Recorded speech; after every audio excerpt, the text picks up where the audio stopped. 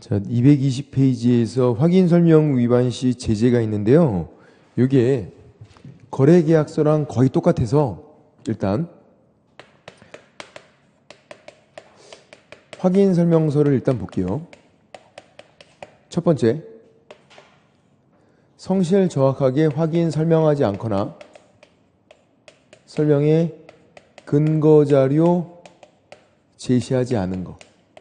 확인 설명 똑바로 못한 거. 요때 자, 개공 어떻게 돼요? 개공은 500만 원 이하의 과태료.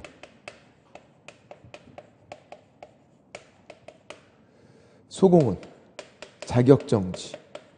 그리고 그다음 두 번째, 확인 설명서 서명 및 날인을 안 했대요. 서명 및 날인을. 서명만 하거나 날인만 해도 위반이에요. 둘 다 하지 않거나. 개공 업무정지죠. 서니까 정지. 소공은 자격정지예요. 자격정지. 세 번째, 자, 확인 설명서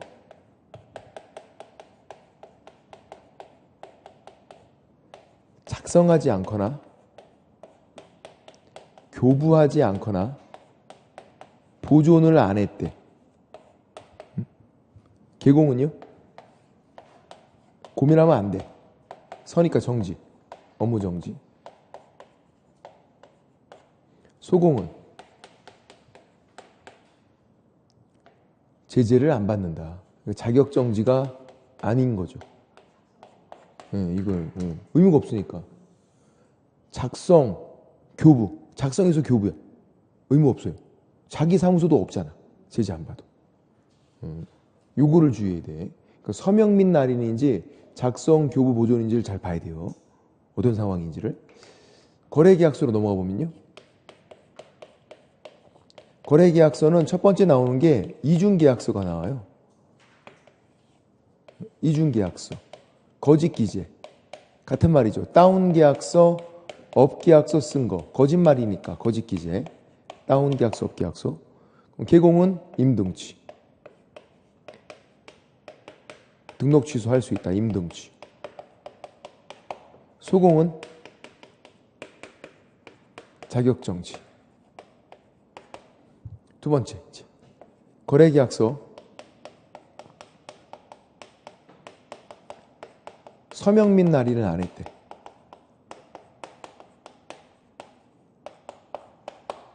개공은 고민하면 안 돼. 서니까 정지, 업무 정지. 소공은 자격정지. 똑같아요. 2번, 3번이. 확인 설명서를 거래계약서로 바꿔놓은 것 뿐이야. 거래계약서 작성하지 않거나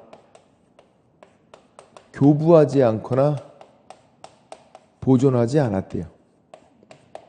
개공은 고민하면 안 돼. 서니까 정지. 개공은 업무 정지. 소공은 제재를 안 받는다. 왜? 의무가 없어서. 작성, 교부, 써서 줄 의무도 없고 보존, 자기 사무소도 없어요. 그래서 이거 자격정지 아니다. 뭐로 나올지 모르니까 확인 설명서로 나올지도 모르고 거래계약서로 나올지도 모르고 뭐로 나올지 모르니까 잘 봐야 된다고. 그러니까 결론은 뭐냐면 작성, 교부, 보존, 서명 및 날인이 다르다는 거예요. 표현도 그대로 나와요. 서명 및 날인을 하지 않았다. 작성, 교부, 보존하지 않았다. 그대로 나오니까 표현 그대로. 잘 보기만 하면 돼. 누구 때문에 이걸 나누고 있는 거야? 소공 때문에. 개공은 보세요. 다 그냥 확인설명서, 거래계약 서면 그냥 다 정지잖아. 개공은. 소공은 달라지니까. 작성, 교부, 보존은 제재를 안 받으니까 나눠야 되는 거예요. 소공 때문에 나누고 있는 거다. 소공 때문에. 그거를 그렇게 하면 되고. 됐고. 그리고 224페이지에서 이제 확인 설명서를 보세요. 확인 설명서 이거를 어떻게 작성하는지가 한 문제가 나와요. 주거용 건축물만 잘 보시면 돼. 주거용, 비주거용, 토지, 임목, 광업재단, 공장재단이 있는데 우리는 주거용만 잘 보시면 되고요.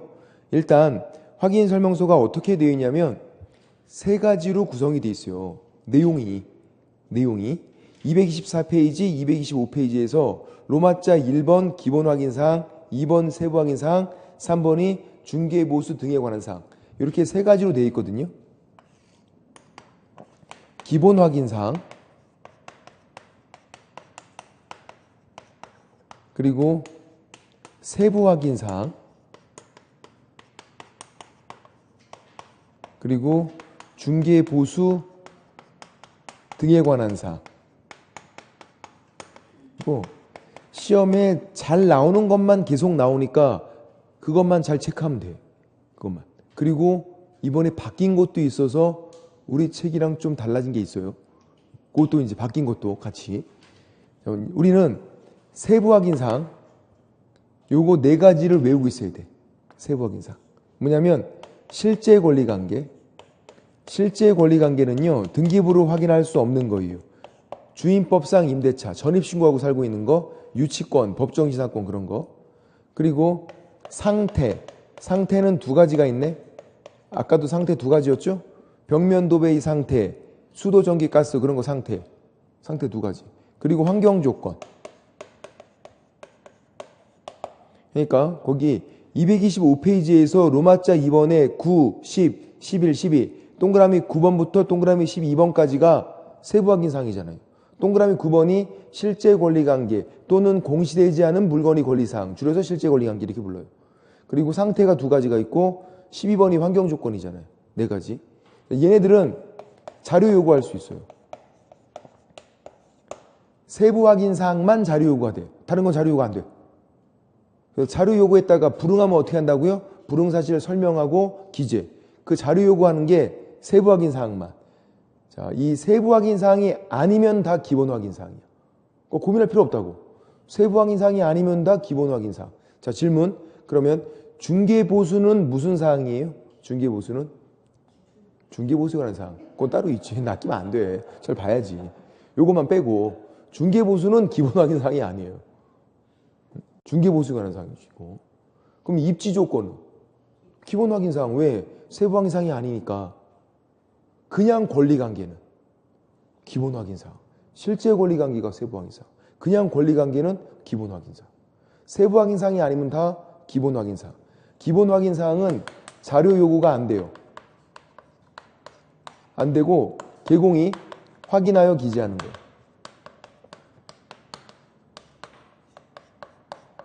기재 이렇게 된 거. 그것만. 결론은 세부 확인사항을 외워야 되겠다. 세부 확인사항을. 그렇게.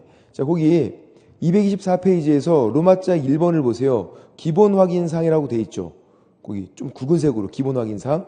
동그라미 1번이 물건이 표시가 뭔데 이게 사실관계죠. 제가 기본적인 사항, 표시사항, 특정하기 위해서 필요한 사항, 사실관계 같은 말이라 그랬잖아요.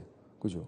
소, 지, 목적 그런 거라서 토지는 토지대장, 건축물이면 건축물대장으로 확인해요. 자, 그 건축물에서 거기에 내진 설계 적용 여부가 있거든요. 내진 설계 적용 여부, 내진 능력, 얘도 기본 확인 사항이네. 그러니까 그죠? 뭘로 확인해요? 건축물 대장으로 확인하는 거예요. 자료 요구하는 게 아니에요. 기본 확인 사항은 자료 요구가 안 되잖아요. 기본 확인 사항. 그러니까 내진 설계가 적용되어 있는지 자료 좀 내놔봐. 그렇게 할 수 있는 게 아니라고요.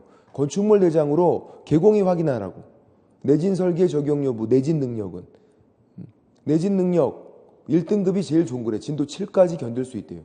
요즘 우리 지진이 많이 나서 한참 막 포항에 지진 나고 할 때 그때 이게 신설됐었어. 내진 설계 적용 여부 기본 확인 사항이에요. 자료 요구 안 된다. 건축물 대장으로 확인하는 거. 그런 것들. 그러니까 여기는 토지면 토지대장, 건축물이면 건축물 대장으로 확인하는데 토지에서 지목이 있고 건축물에서 용도가 있어요. 지목 용도 찾으셨나요? 지목 용도. 실제도 적게 돼 있잖아. 지목이랑 용도는 좀 동그라미를 칠해주세요. 지목과 용도는 실제가 다른 경우가 많아요. 그래서 실제 이용 상태 현장 답사에서 확인하고 실제 용도 현장 답사에서 확인해서 다르면 적으래요. 같으면 말고 다를 경우에만 지목 용도는 실제를 적는 칸이 있다. 실제를 적는 칸이.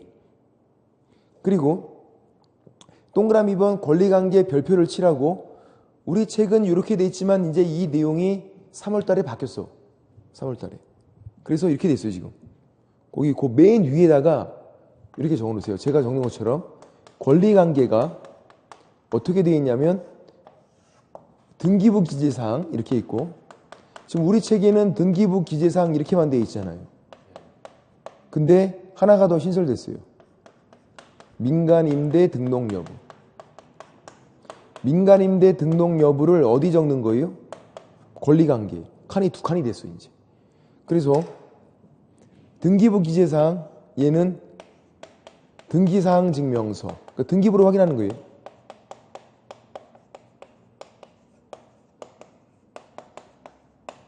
근데 민간임대 등록 여부는 등기부로 확인하는 게 아니에요. 임대주택 정보체계.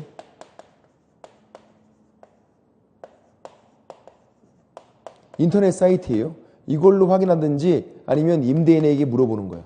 등록했는지. 등기부로 확인하는 게 아니라. 임대주택 정보체계에 접속해서 확인하거나 임대인에게 확인한다 이렇게 돼 있어요. 그러니까 두 가지만 주의하면 되는데 민간임대 등록 여부 권리관계 적는다. 맞아요. 권리관계 적는 거예요. 권리관계. 그리고 민간임대 등록 여부를 권리관계에 적으니까 등기부로 확인한다. X. 등기부 기재사항을 등기부로 확인. 민간임대 등록 여부는 임대주택 정보체계 인터넷 사이트예요.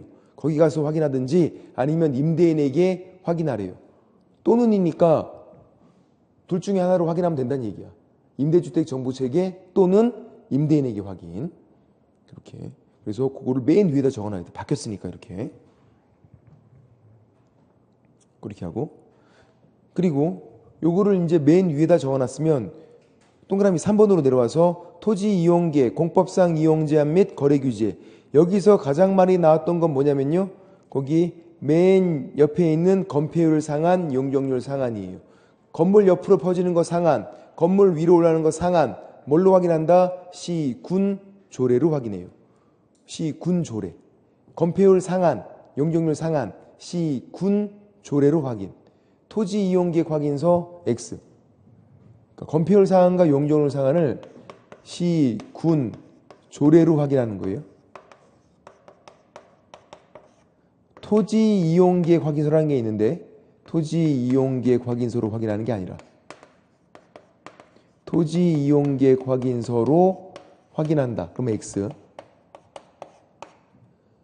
건폐율 상한, 용적률 상한은 시군조례로 확인하는 거예요. 토지 이용계획 확인서가 아니라. 그 옆에 있는 용도지역, 용도지구 이런 거는 토지 이용계획 확인서로 확인해요. 토지 이용계획 확인서로.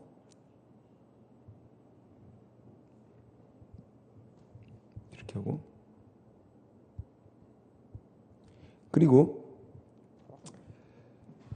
자, 거기 좀 건폐율 상한 밑으로 쭉 내려오면 그 밖의 이용제한 및 거래규제 사항 그런 거 있나요? 그 밖의 이용제한 및 거래규제. 거기다가 그 옆에 빈칸에다가 요걸 적어놔야 돼. 뭐냐면 부동산 종합정보망. 인터넷 사이트로도 확인하래요. 부동산 종합정보망. 사이트 이름이 시리얼이야. 시리얼. 옛날에는 온나라.go.kr. 근데 사이트 이름이 바뀌었어. 시리얼. 네이버에 시리얼 치면 떠요.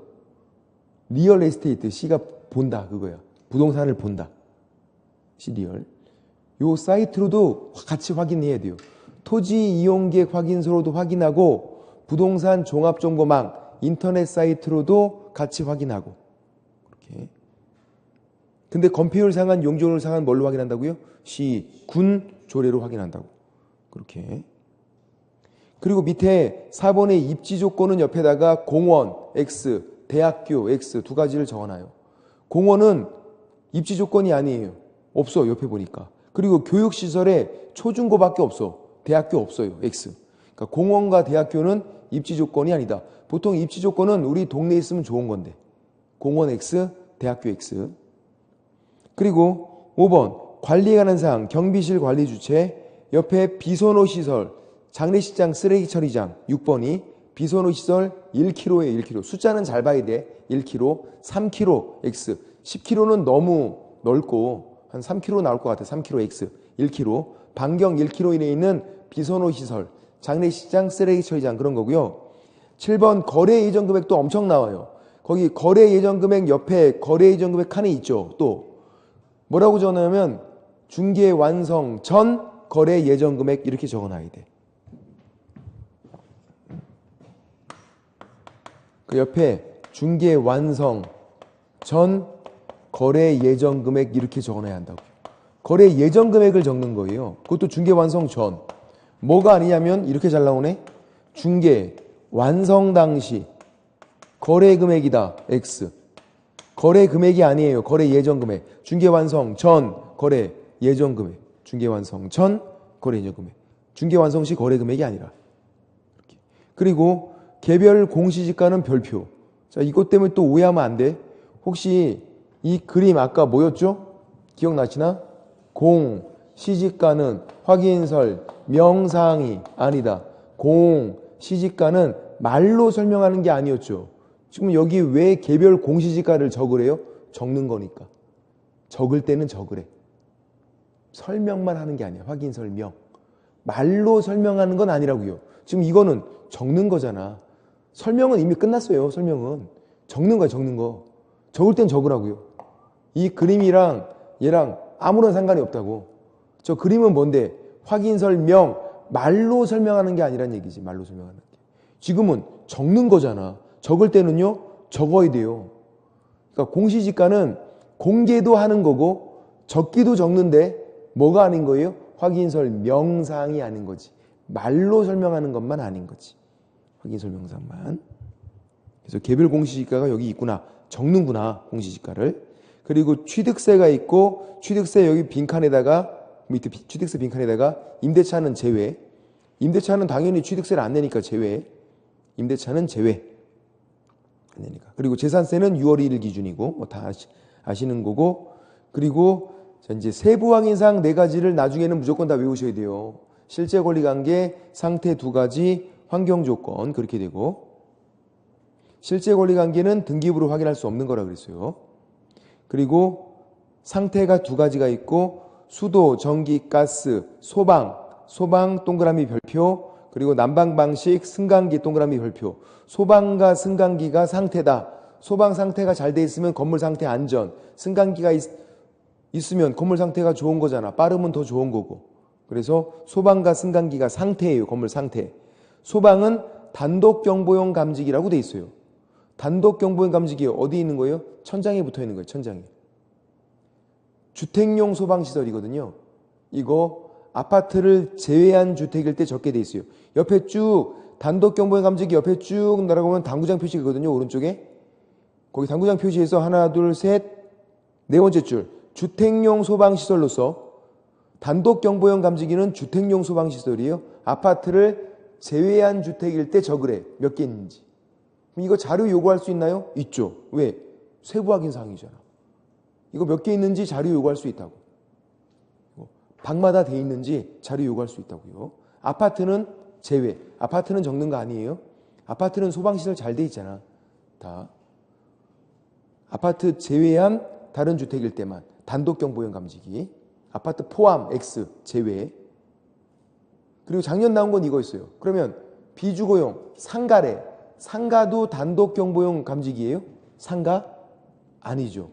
상가는 비상벨 소화전이야. 그래서 거기 옆에다가 오른쪽 옆에다가 이렇게 적어놔야 돼요. 비주거용. 비주거용은 뭐냐면 비상벨 소화전을 적는 거예요. 비상벨 소화전. 비상벨 소화전. 뭐가 아니냐면 단독경보용 감지기가 아니에요. 단독경보용 감지기 X. 왜 아닐까요? 왜 비주거용 상가일 때, 왜 비주거용 상가일 때 비상벨 소화전이야? 단독경보용 감지기가 아니라? 단독경보용 감지기는 주택용 소방시설이거든요. 거기 써 있잖아. 주택용 소방시설로서. 아파트를 제외한. 주택용 소방시설. 얘는 주택이 아니니까 단독 경보형 감지기 아니라 비상벨 소화전이다. 거기까지도 장애에 나섰죠. 정리해 볼게요. 소방은 상태예요. 근데 뭐를 적으래? 단독 경보형 감지기. 아파트는 안 적는 거예요. 아파트를 제외한 다른 주택일 때. 근데 이제 비주거용 상가다. 그러면 단독 경보형 감지기 이게 아니에요. 비상벨 소화전. 비상벨 소화전은 옆에 붙어 있는 거 있잖아요. 시끄럽게 울리는 거. 소화전 그거. 왜냐면 단독 경보형 감지기는 주택용 소방시설이니까 주택일 때만 상관이 있는 거라고. 비주거용은 주택이 아니니까 단독 경보형 감지기가 아니라 비상벨 소화전이다. 그렇게 작년에 그래서 이게 나올 것 같아서 우리가 요거까지는 대비를 하고 갔었어요. 요거까지. 왜냐면 소방이 아주 잘 나오거든. 소방이 나오는 것만 나오니까. 근데 또 똑같은 걸 또 내기가 뭐하니까 요게 나올 것 같아갖고 요거를 우리가 외우고 가서 다 맞췄다. 문제는 되게 어려운 문제였는데도. 승강기도 상태고 자료 요구할 수 있죠. 그러니까. 그리고 배수 그 밖의 시설물은요. 옆에다가 가정 자동화 시설 적어놔. 가정 자동화 시설. 홈 오토메이션이야. 가정 자동화 시설. 이영애가 아파트 광고할 때 밖에 나가서 불 끄고 하는 것들. 그런 거 보통 집에 없어. 저희 집에 없어. 대개도 없으시잖아. 있는 척하지 마. 없어. 그런 건 그러니까 그 밖의 시설물이에요. 이영이나 되니까 해놓고 사는 거라고. 부럽다고. 그런 것들. 그러니까 그 밖의 시설물. 보통 집에 없으니까.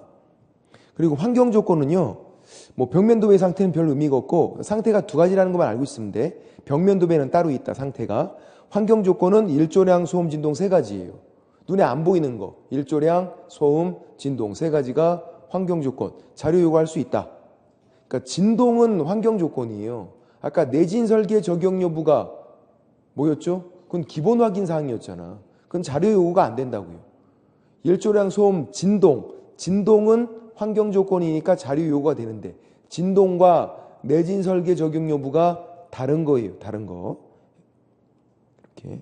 그리고 중개보수가 있고 중개보수랑 실비.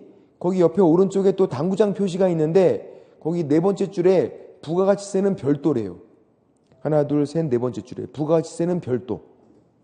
포함이 아니라 따로 받아도 상관이 없대. 질문. 중개보수를 여기다가 적는데 거래 금액 기준으로 산정해서 적어요? 아니면 거래 예정 금액 기준으로 산정해서 적어요? 거래 예정 금액. 이 확인 설명서를 작성할 때는 무조건 중개 완성 전이고요. 거래 예정 금액. 중개보수도 거래 예정 금액 기준으로 산정, 계산을 하는 거야. 그리고 부가가치세는 별도. 부가가치세 10% 따로 받아도 상관이 없다. 별도. 그리고 매도인, 매수인을 보세요. 서명 민날인이 아니에요. 매도인, 매수인은. 이거 서명 민날인으로 나온 적도 있었어. 개공과 소공은 서명 민날인이 맞잖아요. 근데 왜 매도인과 매수인은 서명 또는 날인이에요? 의무가 아니거든. 이 사람들은 받았다는 취지로 그냥 하는 것 뿐이에요. 그래서 서명 또는 날인. 서명 민날인이 아니라 서명 또는 날인. 개공, 소공은 서명 민날인. 공동중개 때문에 두 명이 이렇게 있는 거죠. 두 명이. 그래서 제가 지금 설명드린 것 정도만 몇 번 보시고 기출문제 또 이렇게 풀어보고 하면 또 가서 맞출 수 있어. 내용은 사실 이거 되게 번잡스럽고 어렵거든요. 네, 어려워. 근데 이제 문제가 나오면 기출문제에서 나와. 그래서 그러니까 이렇게 되는 거죠. 내용이 어려운 것들은 문제가 쉽게 나와요. 문제가. 내용이 쉬운 게 문제가 어려워. 꽈서 나와서. 얘는 뭐 어떻게 꽈서 나오는 게 아니라 기출문제 조금 바꿔서 이렇게 쓱 나와요. 그리고 바뀐 거 아까 이거 바뀐 거. 확인 설명서가 중간에 바뀐 거 이렇게 뭐 3월 달에 바뀌고 한 거. 지금까지 안 나온 적 단 한 번도 없었어. 아까 내진 설계 적용 여부와 단독 경보형 감지기도 6월 달에 바뀌었었거든요. 중간에. 바뀌자마자 바로 나왔어. 그러니까 중간에 바뀐 것들은 잘 나오니까 얘도 중간에 바뀐 거니까 나오겠다. 적어놓고 그렇게 보시면 되고 나중에 문제풀이 할 때 문제 좀 기출문제 위주로 좀 풀어보시면 되고요. 다른 확인 설명서는 안 보셔도 돼요. 우리는 주거용만 잘 볼 거다. 주거용만 그렇게 하는 거고. 자, 됐고 236페이지에서 1번 문제를 보세요. 236페이지에서 1번 문제. 확인 설명서 작성 방법. 옳은 거 1번. 위반 건축물인지 여부를 등기부로 확인해요. 위반 건축물인지 건축물 대장으로 확인해요. 등기부로 뭘 확인하는 건데? 권리관계. 등기부로는 권리관계 확인하는 거지. 이게 위반 건축물인지를 왜 등기부로 확인해? 등기부로는 권리관계. 위반 건축물 여부는 건축물 대장으로 확인. 2번. 비선호 시설, 입지 조건, 관리 관한 사항, 자료 요구할 수 있어요? 안 되죠. 왜? 기본 확인 사항이니까. 세부 확인 사항만 자료 요구할 수 있다니까요. 여기 실판. 실제 권리 관계, 상태, 환경 조건 얘만. 세부 확인 사항만. 그거 아니잖아. 자료 요구 안 된다고.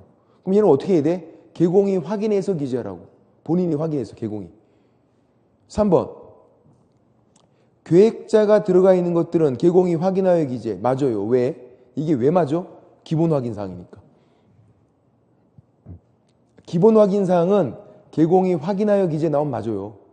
계획도 기본 확인 사항이에요. 만약에 계획인데 자료 요구한다. X. 계획도 기본 확인 사항. 그러면 개공이 확인하여 기재. 4번 임대차에서 공시지가 반드시 기재는 아니겠죠. 당연히 생략 가능하죠. 그렇게 궁금하지가 않잖아. 아, 공시지가를 적기는 적는다고요. 적는데 임대차에서는 기재를 생략할 수 있다. 우리 공개할 때도 공개하지만 임대차에서는 공개하지 아니할 수 있다. 똑같죠. 임대차에서 기재 생략할 수 있고. 그 다음 5번은 취득세, 임대차도 적는 거예요? 아니잖아. 제외. 생략이 아니라 제외. 임대차에서는 제외. 아예 안 내니까 제외. 그렇게. 답은 그래서 3번. 계획자가 들어가 있는 건 기본 확인사항이다. 이게 왜 기본 확인사항이라고요? 세부 확인사항이 아니니까. 세부 확인사항 아니면 다 기본 확인사항. 기본 확인사항은 개공이 확인하여 기재. 그럼 맞다. 기본 확인사항은. 뭐 그렇게 보시면 되고. 됐고. 그거까지만 보시면 되고요. 옆에 237페이지에서 거래계약서 작성은 확인설명서랑 똑같죠? 똑같아요. 뭐만 다르다? 보존기간. 거래계약서 5년. 보존 방식은 또 똑같아. 보존기간만 확인설명서 3년, 거래계약서 5년이고, 자, 거래계약서 표준서식이 있다 없다? 거래계약서는 표준서식이 없다. 그것만 제발 주의하자. 매매계약서, 임대차계약서 그런 거 표준서식 없고, 그리고 이거 제재 같이 확인설명서랑 내용이 똑같으니까 다만 1번만 확인설명서에서는 확인설명 의무 위반이 있죠. 거래계약서에서는 이중계약서가 있다고. 다운계약서, 업계약서, 개공은 임등치, 소공은 자격정지. 질문. 이중계약서니까 요거 2가 들어가 있으니까 1학년 일반 맞나? 이중계약서? 아니요. X. 이중계약서는 특이하게 2가 들어가 있는데 1학년 일반이 없어요. 개공은 임등치, 소공은 자격정지. 끝. 이중계약서 2 들어갔지만 1학년 일반은 없다.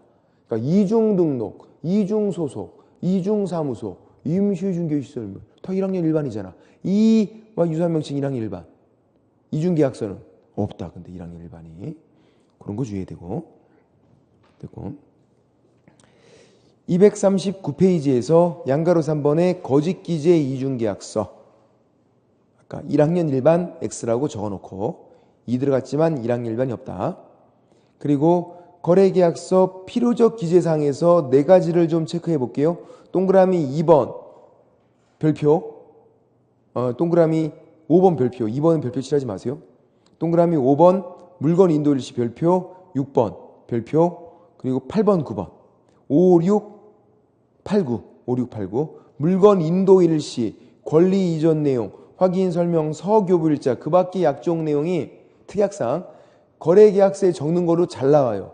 나중에 부동산 거래 신고사항 아닌 걸로도 잘 나와서 일단 그 4가지를 별표를 칠해놔야 돼.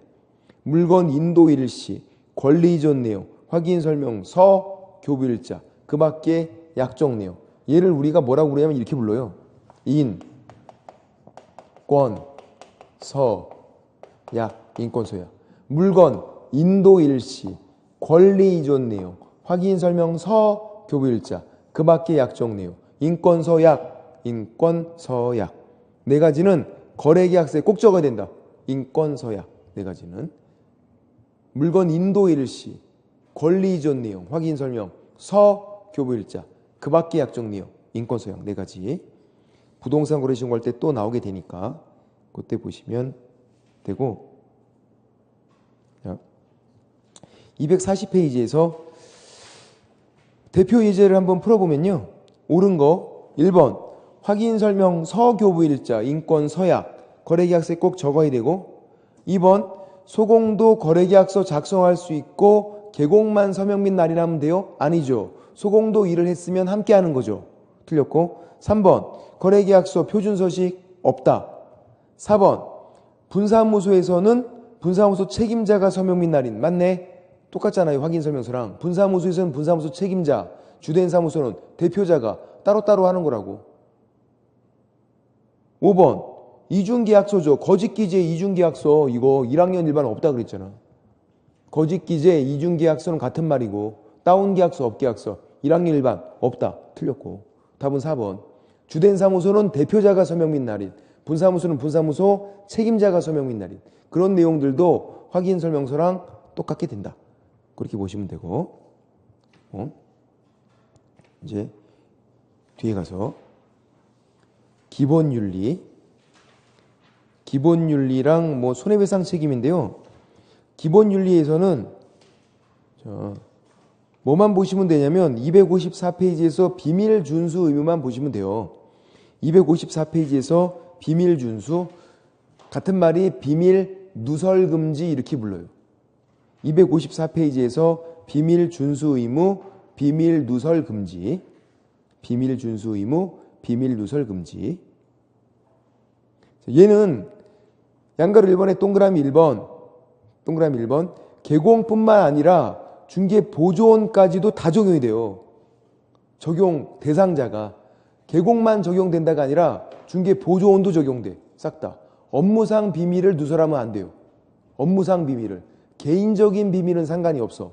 업무상 비밀만. 누구랑 사귄데 그런 건 상관이 없다고.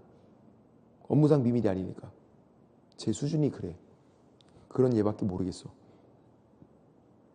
예. 그냥 업무상 비밀을. 근데 이거는 되게 사실 고통스러워요. 업무상 비밀을 들으면 언제까지 말을 못하면요, 죽을 때까지 말 못해. 이런 경우야. 개공이 비밀 얘기를 들었어요. 개공이 말하고 싶잖아. 그래서 폐업했대. 그냥 중개업 그만두고 말해야지. 폐업. 말할 수 있어요? 말 못해. 죽을 때까지. 중개 보조원이 비밀 얘기 든 거예요. 들었어. 말하고 싶잖아. 퇴사하고선 말해야겠다. 말 못해요. 죽을 때까지. 그래서 처음부터 자신이 없으면 안 들어야 돼. 입이 좀 싸신 분들은. 말하고 싶잖아. 죽을 때까지 말을 못한다. 업무를 떠난 후에도 또한 같다. 그래서 죽을 때까지 말 못해요. 예외가 있기는 해요. 확인 설명 의무, 증언 의무.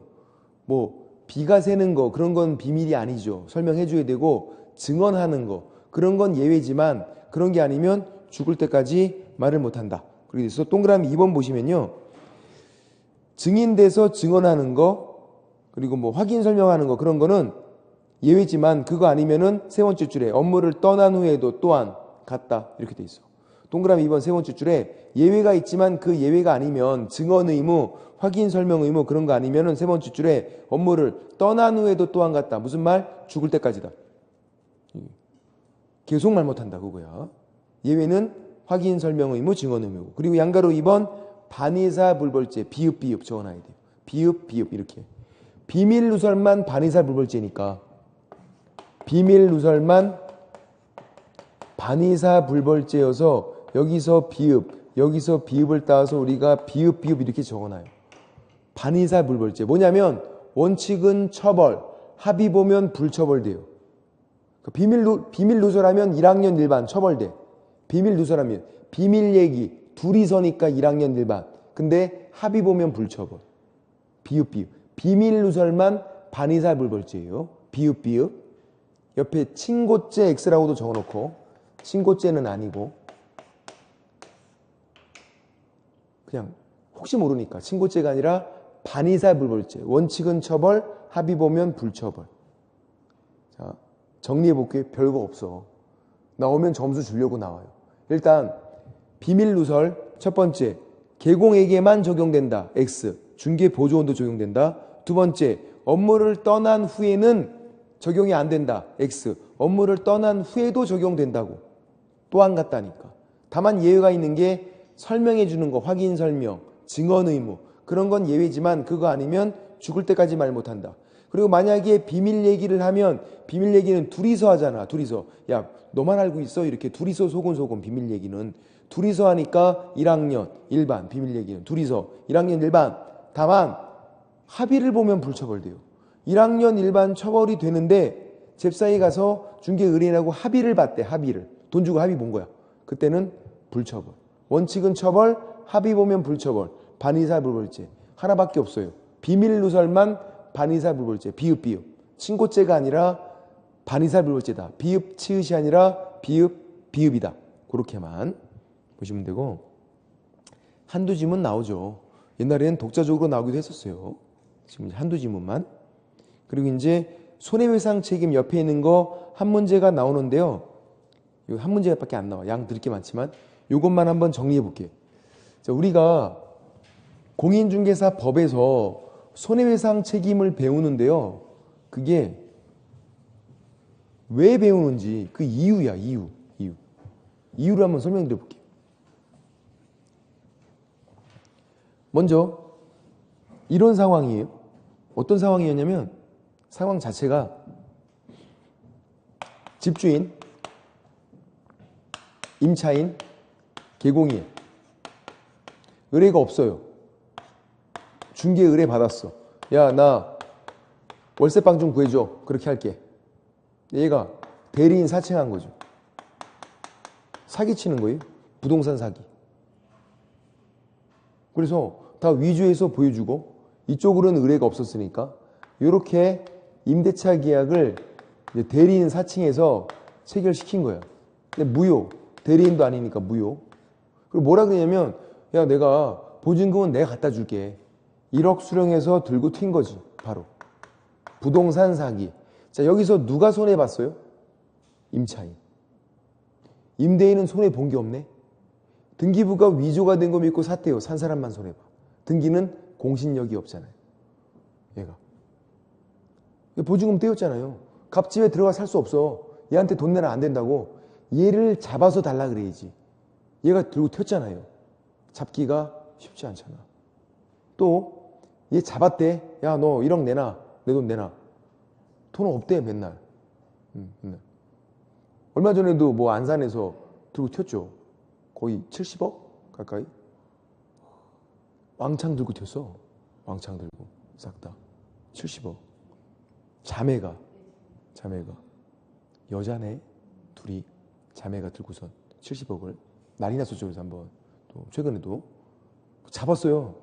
돈 없대. 야, 그거 어디 가냐?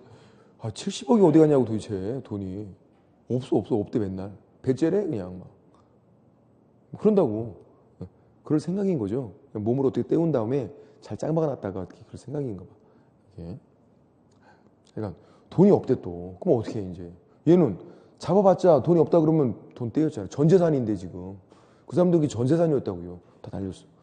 그러니까 개공 상대로 청구해봤자 별 의미가 없다고. 그래서 모든 개공이 뭐 해야 된다? 보험 든다. 보험을 들어요. 그러면 보험금 주면 되잖아 이제. 보험금. 얘는 이 보험금을 청구하고 싶은 거예요. 어차피 얘 잡아봤자 맨날 돈 없다고 하니까 보험 들고 보험금 청구하자 이거야. 근데 이 보험금은요 아무 때나 막 청구할 수 있는 게 아니야. 요건이 딱 정해져 있어요. 요건이. 그래서 지금 이 요건은 30조 1항이에요. 이게 보험금 청구 요건이야. 우리가 이거를 배우는 이유는 오로지 보험금 청구 때문에. 다른 이유가 아니에요. 보험금 청구가 아니라면 굳이 이걸 배울 필요가 없어. 보험금 때문에. 중개 의뢰인은 그게 너무나도 중요하니까. 보험금 받는 게. 요건 4가지인데 첫 번째 중개 행위를 해야 되고, 두 번째 고의나 과실, 귀책 사유가 있어야 되고, 세 번째 재산상 손해.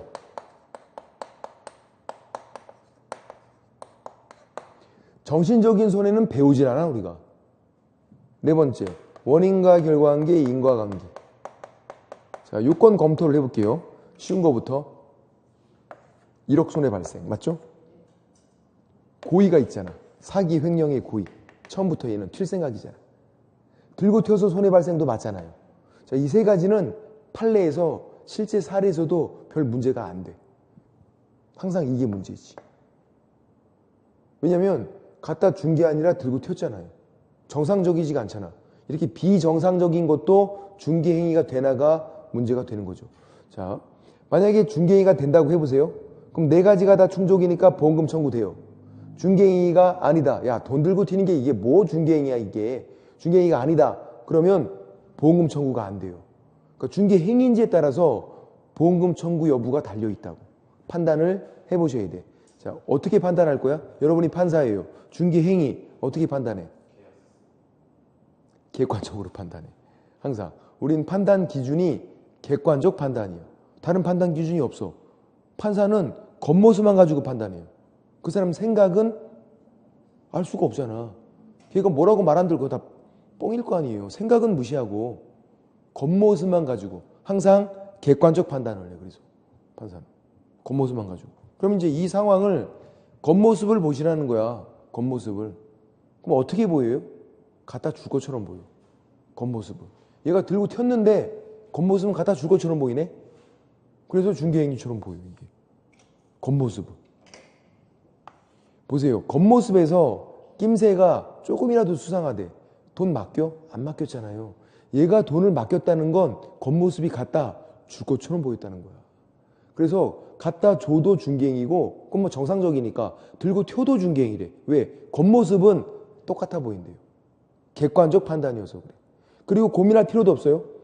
중개행위 판례가 넓게 봐요. 넓게. 어느 정도까지 넓게 보냐면요. 개공이 손해 입혔대. 중개 의뢰인에게. 그럼 중개행위래. 그냥 무조건.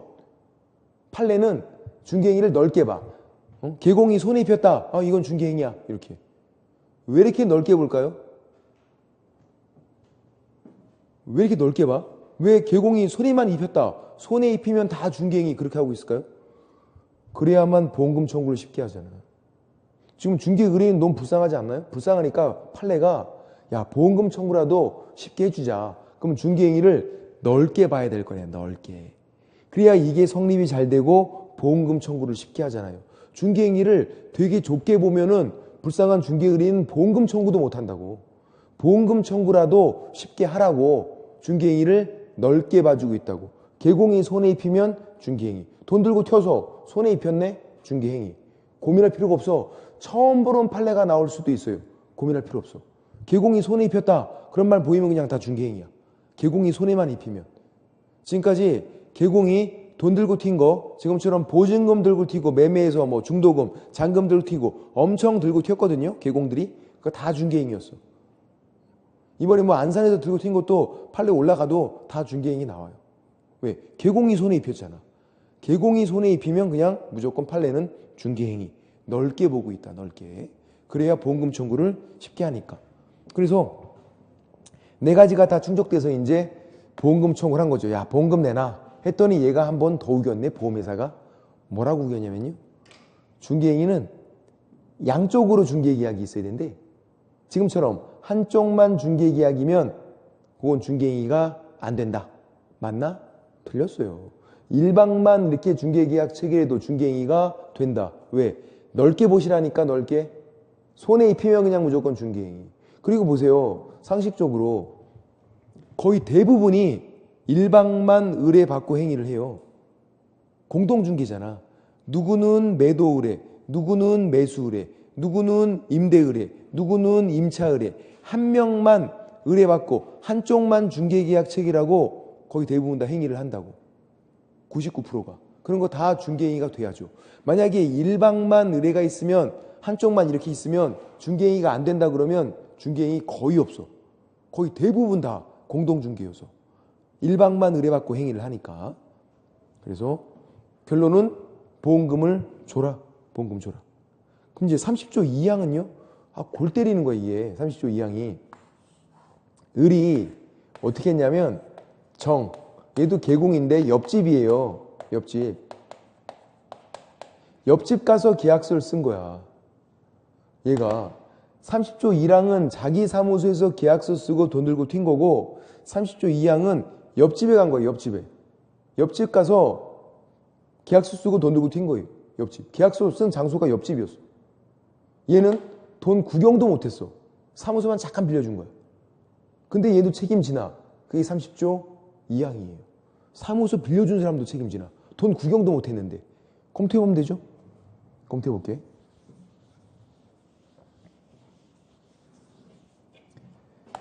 자, 30조 2항 첫 번째 요건, 자기 중개사무소를 빌려주는 거예요. 타인, 중개행위 장소로 빌려줄 것, 사무소를 빌려줄 것. 두 번째, 무과실 책임. 무슨 말? 무조건 책임지래요. 고의 과실은 검토할 필요가 없대요.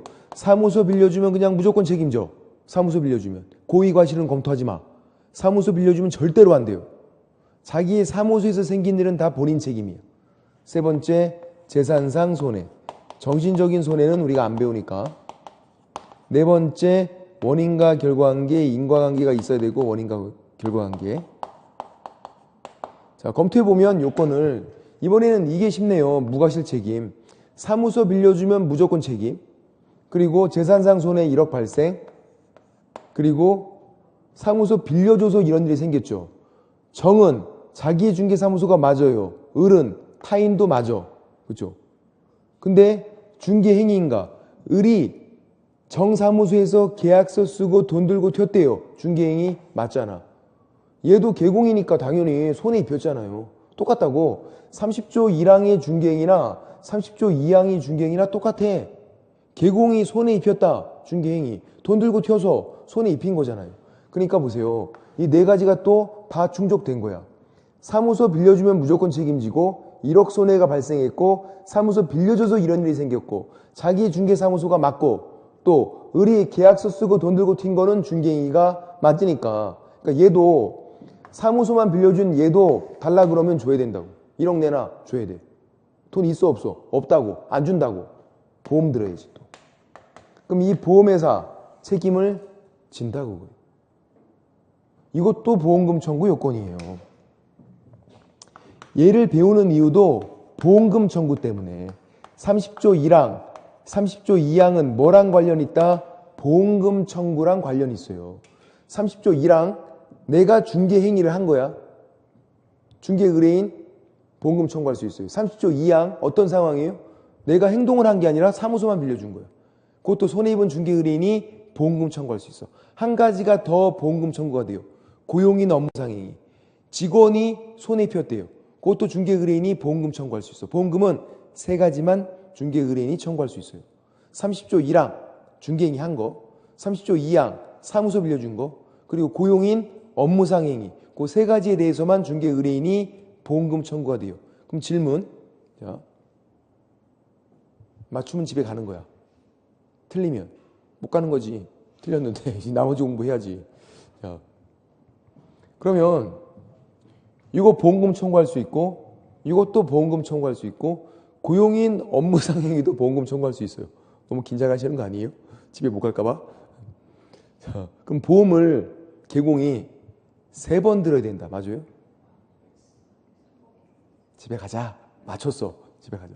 보험을 한 번 들면 되는 거예요. 그러니까 이거 따로 보험 들고 저거 따로 보험 들고 고용인 고용해서 보험 따로 들고 보험 3번 들고 그렇게 하는 게 아니야. 한 번 보험 들면 이 모두를 위한 보험이 된다. 그거죠. 판례가 있었죠. 보험회사가 보험을 따로따로 들어야 된다고 막 우긴 거예요. 보험회사가. 판례가 그거 아니래. 보험 한 번 들면은 모두를 위한 보험이 된다. 보험을 3번 들고 2번 들고 그렇게 할 필요 없다. 그거 왜 그래? 제가 영어로 설명드릴게. I have no money. 돈이 없어. 우리 돈이. 보험료 내다가 볼일 다 보겠어요. 보험 3번 들어 그러면 보험료 내다가 볼일 다 보겠어. 보험에서만 좋은 일 시키는 거지. 그건 돈이 어딨냐고. 보험 그냥 한 번 들면 모두를 위한 보험이 된다. 결론은 보험금 청구 요건이다. 보험금 청구 요건. 그렇게. 그리고 중개행위 어떻게 판단한다? 객관적 판단. 항상 판단 기준은 객관적 판단. 넓게 봐서 개공이 손해 입혔다. 중개행위. 그렇게 되고 다음 주에 이제 이 내용은 사실 그렇게 중요하지 않아요. 얘는 그냥 한두 지문 나오는 거고 보험 관련 내용이 문제가 나오거든요. 보험 관련 내용이. 그래서 다음 주에 보험 관련 내용을 위주로 해서 좀 설명을 좀 드려보겠습니다. 보험 관련 내용을. 오늘 여기까지 하고요. 됐고. 자, 오늘 수고 많으셨고요. 다음 주에 뵙겠습니다. 수고하셨습니다.